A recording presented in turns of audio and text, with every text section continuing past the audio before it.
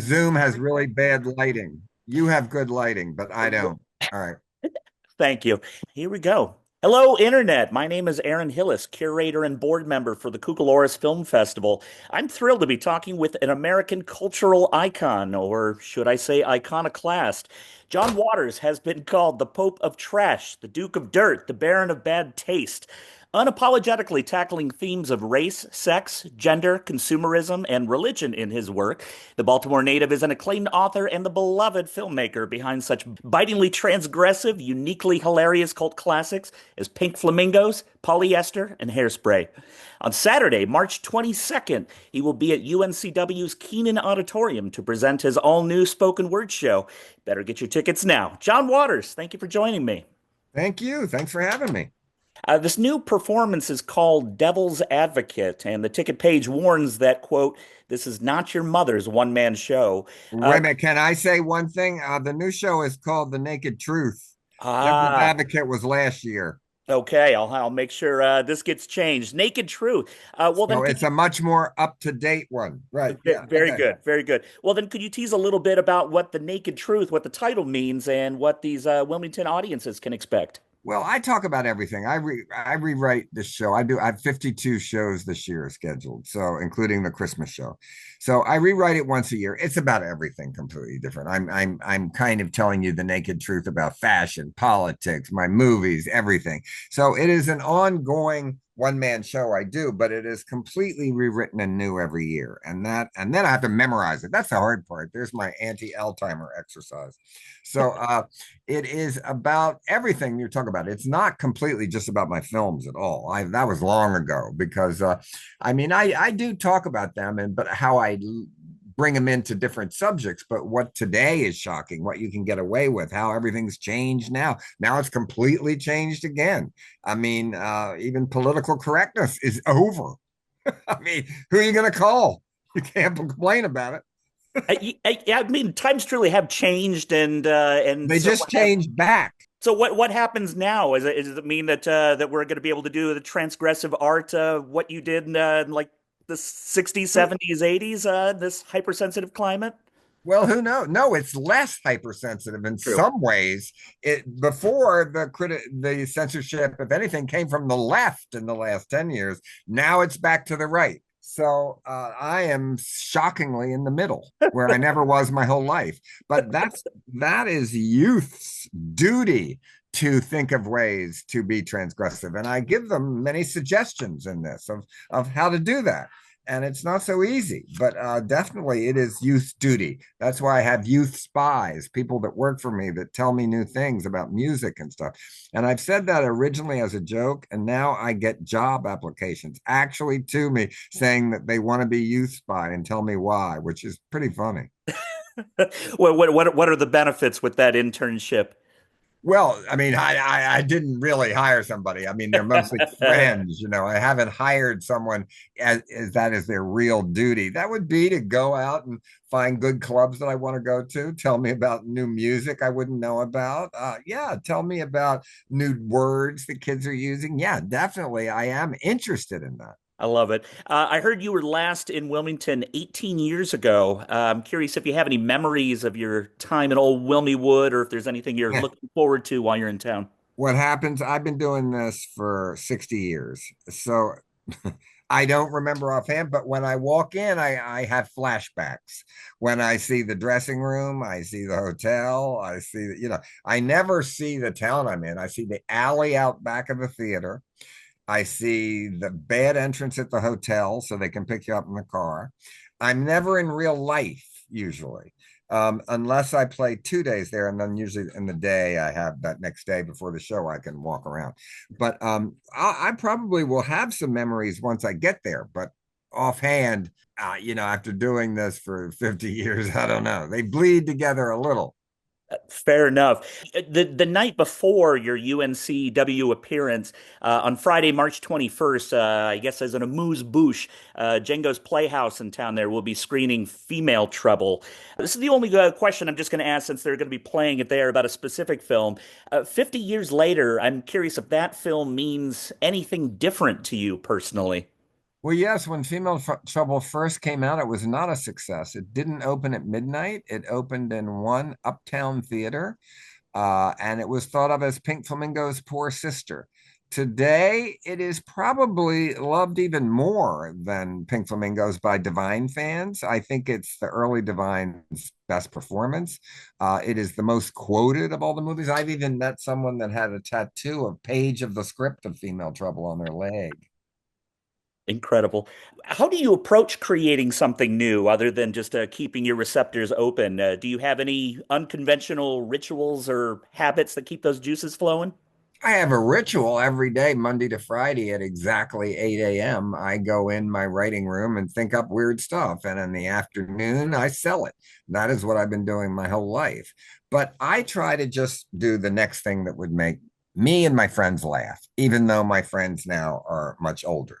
But oddly enough, it seems to translate to the youth. I mean, certainly the films I did before today are even worse, probably, with political correctness until that was over. Which it kind of is. Like somebody said to me the other day, you can say anything now, which did make me laugh because technically I don't agree with that, but maybe they're right because what are you going to do about it? Who are you going to call? They made him take away everything. So the whole thing is so ludicrous. Who knows? But maybe that will bring out a new because we're not used to right wing censorship, and it's already started. We've been used to, if there's anything to left wing politically correct censorship, so it's switched right now. If you're offended, the who gives a trigger warning to who? Who are you going to call? What are you going to do? The colleges can't do anything about it anymore. They take all those things out, right? So who are you going to call? Truly, truly baffling times we live in now. Yeah.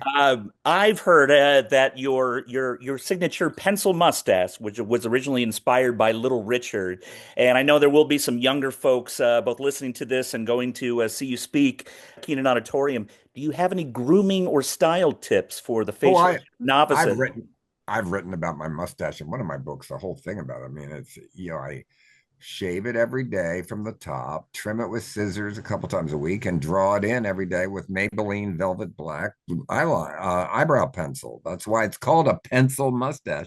Nobody except maybe Zorba the Greek could grow a pencil mustache without some little help.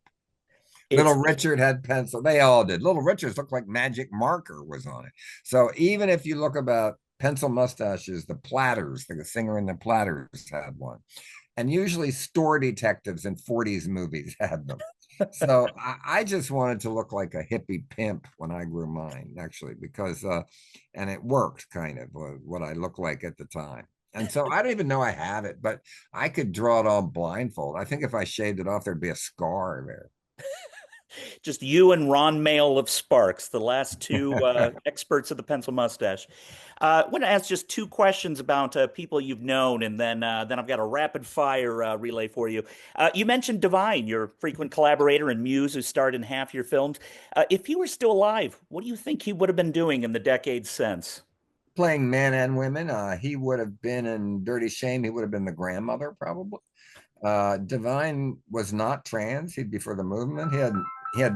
Oh, I'm sorry. Let me just turn it down here. He had no desire to be a woman. Actually, he was a drag queen, proud and simple. He liked playing men's parts, women's part, everything. He never lived in drag ever. I mean, he said it was too hot wearing all that shit. That's what he said. So he probably the last movie he made for Alan Rudolph, he played a man. So before he died. So who knows? I think he would be doing every kind of role he could. He would play the dog if he could get the part. And in January, fans of David Lynch paid tribute to his passing at Bob's Big Boy, which reminded me of the infamous photo of you and Lynch shaking hands in front of the restaurant in 1979. As a fellow conjurer of weird cinematic worlds, do you have any thoughts on David Lynch and his legacy? Well, I was really saddened and shocked when he died. I also think his best movie was the last Twin Peaks on television that was almost impossible to watch. It was so insane. But I love his music too. That's the one thing that people don't talk about so much. he sang on some of those albums electronically. And I love Crystal Bell and all that kind of music he did. And he had before great musicians, Julie Cruz, everybody. So I hope people remember his great influence on music too. I appreciate that, and I like his music as well. So here we go. 6 questions for John Waters. I won't make you eat hot wings or anything. Curious what you think of these. Though the Academy Awards have myopically never recognized your artistry, do you have any predictions for this year's Oscars? Well, certainly they have recognized me. I just had a huge show for a year at the Academy Awards Museum in LA that they gave me 12 rooms of my stuff. It was the most major exhibition I've ever had. So I take that as a lifetime achievement. Predictions. I vote for the Oscars, of course. They don't like you talking about it. So I don't know what's going to win. I don't know what's going to win. I'm not going to tell what I voted for because I know 4 of the 5 directors. Fair enough. Your 1994 film Serial Mom predicted the true crime obsession. If you were to commit the perfect crime, what would it be and how would you get away with it? Gee, I'd ask somebody for Valentine's Day. I'd give them tulips and tell them to eat it, and they're poison. And nobody would ever think that who would be stupid enough to eat a flower arrangement that you gave them? But who would think that they, how many people know that you can die from eating tulips? So, and I would just deny it and say, I don't know. What an idiot. Why do you eat the flowers? The perfect crime. If you were to design a haunted house, what kinds of horrors or absurdities would guests encounter in the rooms? I used to have a horror house when I was a kid. It was the garage, and I'd charge people a quarter. They'd come in, I'd squirt them with a fire extinguisher and kick them. That was it. I think there's definitely a kink for that today. Yeah, that would happen today. I could maybe I'll do that. Yeah, next year. If a biopic was made of your life and career, this is a 2025 question, who would you cast as the lead or leads? If it was when I was young, Cody Schmidt McGee. If it was middle aged, it would be Matthew Gray Gubler. And as me now, Steve Buscemi. Okay, okay, love it. You touched on this already, but as someone who's, lived through politically tumultuous times, do you have any words of encouragement for the day-to-day chaos we're experiencing in America? To who? To anyone who feels it's chaos, which includes me. That I have lived through Nixon. I've lived through Reagan, who did horrible stuff too in my book. I don't know what's going to happen. Bring back the Weatherman. Where's Abby Hoffman? Where's funny terrorism? Terrorism used to be funny. And I give examples of funny terrorism that you can do today that is harmless. But what the major thing about funny terrorism is you embarrass the enemy. You hurt, but Trump's impossible to embarrass. He ended bad taste. But there's no such thing as humor in bad taste anymore. He ended that, Absolutely. which is enough reason for impeachment.